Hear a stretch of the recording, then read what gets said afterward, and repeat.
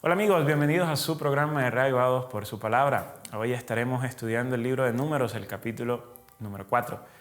Recuerden que en BioChannel ustedes pueden estudiar, además del capítulo diario de la Biblia, también pueden repasar la lección de escuela sabática diariamente con el pastor Jonathan Márquez. Además, no se les olvide revisar el video que sale cada sábado, donde se tiene el repaso general de la lección, y de esta forma ustedes pueden tener un vistazo un poco más abarcante, no tan al detalle como lo está en los videos diarios. Vamos, como siempre, a orar antes de iniciar nuestro estudio. Buen Dios, ayúdanos a entender la importancia de la colaboración y de que tú has repartido distintas responsabilidades en tu iglesia para que nosotros podamos también entender la multiforme capacidad que nos has dado y de la forma también que podemos servir a otros. En Jesús, amén. El capítulo 4 de Números, si ustedes han estado viendo los videos anteriores, se han dado cuenta que Dios en el capítulo 1 ordena un censo, y ese censo tiene el propósito de hacer que el pueblo de Israel tuviese un número claro de cuántas personas estaban dispuestas y estaban listas para luchar, ¿no? En este caso, en este censo no se incluyó a las mujeres ni a los niños. En el capítulo 2 se nos dice cómo se organiza este campamento de guerra, ¿no? Y entonces ya lo estudiamos. En el capítulo 3 se nos da la introducción de qué pasó con los levitas. Y entonces en el capítulo 4 ya ahora se nos dice específicamente cuáles eran las tareas específicas de los gersonitas, de los meraritas y de los coatitas, que eran los encargados, y al final un recuento de los levitas. Entonces el capítulo 4 está en una conexión muy cercana al capítulo 3, así que de hecho si ustedes no han revisado el video del capítulo 3, vayan y revísenlo porque es supremamente importante para entender lo que vamos a estudiar hoy en el capítulo 4. En el capítulo 3 Dios llega y dice, bueno, ya yo les instruí cómo debían organizarse como campamento de guerra, pero no les hablé de los levitas. ¿Qué pasó con los levitas? Resulta y pasa que como los levitas no podían luchar, ellos tenían una función apartada, separada, y era la de proteger y encargarse de todo lo que tenía que ver con el servicio del santuario.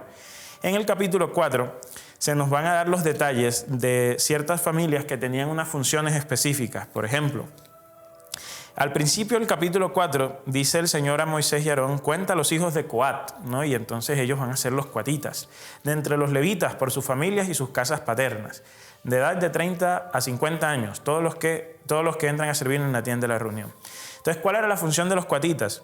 Por ejemplo, cuando haya de mudar el campamento, Aarón y sus hijos desarmarán el velo que separa el lugar santo del Santísimo, y con él cubrirán el arca del testimonio, y pondrán sobre ella una cubierta de pieles, un paño azul, le pondrán las varas, y entonces ellos eran los encargados de moverla. También, ¿sobre qué colocaban un paño azul? Sobre la mesa de la presencia. En este caso también se desarmaba, se colocaba sobre el paño las tazas, las copas, las cucharas y demás, y entonces los coatitas eran los encargados del transporte. Los gersonitas, por ejemplo, el versículo 24, este será el oficio de las familias gersonitas para ministrar y llevar. Van a transportar las cortinas del santuario, su cubierta, la cubierta de pieles de tejón, la cortina de la entrada de la tienda de reunión, las cortinas del atrio, la cortina. Entonces ustedes notan, los gersonitas eran los encargados de las cortinas. Entonces los gersonitas eran los cortinistas, ¿no? Encargados allí de todo del transporte de las cortinas. Los meraritas, dice el versículo 31, iban a transportar las tablas, travesaños, columnas, bases, columnas que rodean el atrio, las cuerdas y demás. Entonces los meraritas eran los columnistas, ¿no? Ellos se encargaban allí de todas las columnas. Cuando nosotros vemos este cuadro, decíamos en el capítulo 3, es como si Aarón y su descendencia tuviesen el papel protagónico. Y el resto de personas, este resto de tribus, que hacen ciertas tareas chiquitas, pequeñas, como que aparentemente no tienen importancia, ellas son dejadas fuera de la luz. Si ustedes pudieran ver el detrás de cámaras de este video, se darían cuenta que hay una serie de luces hacia acá a la derecha que ustedes no están viendo, una serie de luces hacia la izquierda, por acá abajo hay otra luz. Y entonces antes de grabar, por ejemplo, hay todo un trabajo de encuadre, hay que cuadrar la cámara a una precisión correcta para que la luz, el juego de colores y todo ese tipo de cosas, quizás ustedes no son conscientes de ellas o ustedes sencillamente no lo ven. Ustedes no ven a Isaac, que es el que graba estos videos, y sin él sencillamente nosotros, ni el pastor Márquez y yo, pudiésemos aquí decir algo. Entonces, aparentemente este tipo de tareas son las que nadie le presta atención, pero son las que son supremamente necesarias. Aarón y sus hijos, ellos no podrían ministrar si a la hora de mover, por ejemplo, todo el tabernáculo del santuario, no hubiese familias dedicadas específicamente al transporte de este centro tan importante. En el contexto del libro de Números, esto es fundamental por dos razones. Uno, como lo hemos venido estudiando en el libro de Éxodo y en el libro de Levítico, el santuario era el sitio donde Dios se encontraba con el hombre y era el sitio físico donde la presencia de Dios moraba. Entonces, la importancia de todas estas familias a la hora de mover el santuario era garantizar que el pueblo de Israel en su transitar por el desierto siempre tuviera la presencia de Dios en su medio. Porque si no se organizaban estas familias, el santuario no se podía transportar y si el santuario no se transportaba, la presencia de Dios se podía ir. Entonces, la labor de ellos, aunque no era la labor hacia donde se apuntaban todas las cámaras, era de vital importancia, porque si ellos no lo hacían, la presencia de Dios y con ello el plan de la redención se colocaba en riesgo. La segunda cosa importante en el contexto de Números es el hecho de que como campamento de guerra, Dios estaba tratando de organizar un ejército y pues en el medio del ejército iba a estar el santuario y los levitas. Pero todo debía reflejar un orden, todo tenía que estar ordenado. Entonces las tribus en un orden, los levitas en un orden. Sería irónico y de hecho sería bien contradictorio que Dios hubiese organizado todo lo que tenía que ver con la guerra, pero que no hubiese organizado todo lo que tenía que ver con sus santuarios, con su servicio. Entonces, desde el centro, si nosotros miramos y no nos concentramos en lo que está en los bordes, sino en lo que está en el centro, si lo de los bordes está ordenado, el centro está ordenado.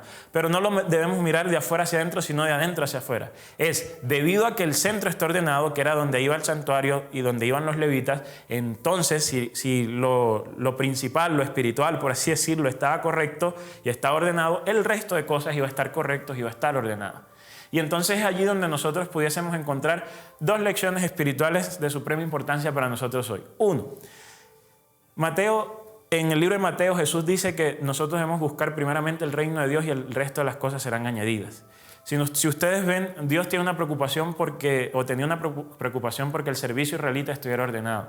Si nosotros en nuestra vida tuviésemos la misma preocupación, a veces nos preocupamos de afuera hacia adentro, entonces nos preocupamos primero de todas nuestras cosas, de la comida, del vestido, del trabajo, de la familia y demás, y dejamos a Dios en último lugar.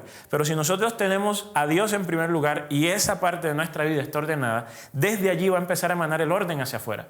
Y ese orden hacia afuera se va a reflejar entonces en todas las cosas que a nosotros nos preocupan. Por eso es que el mensaje de Jesús es: busca primero el reino de Dios. No te preocupes por el resto de las cosas. Si Dios está en primer lugar y en orden, el resto de las cosas Él se encargará de solucionarlas. La segunda lección espiritual de vital importancia es: estamos acostumbrados hoy en día, sobre todo por el uso de las redes sociales, estamos acostumbrados al pastor o al maestro o a que la persona más espiritual es la que más post sube, es a la que más videos sube, es la persona más mediática, es hacia donde están todas las cámaras. Pero el libro de Números, el capítulo 4, nos enseña que la labor de Dios también se encuentra en las cosas pequeñas. Por esa razón es que dice el texto que Dios ha dado dones, múltiples dones. Hay dones que podríamos así decirlo, llaman más la atención que otros, llaman más la cámara que otros, pero esos otros dones son igual de importantes y son igual de vitales para el funcionamiento de la iglesia y sobre todo para nuestro servicio a la sociedad. Así que no importa cuán pequeño sea tu don, úsalo correctamente en el servicio de Dios y verás sus bendiciones. Que Dios te bendiga.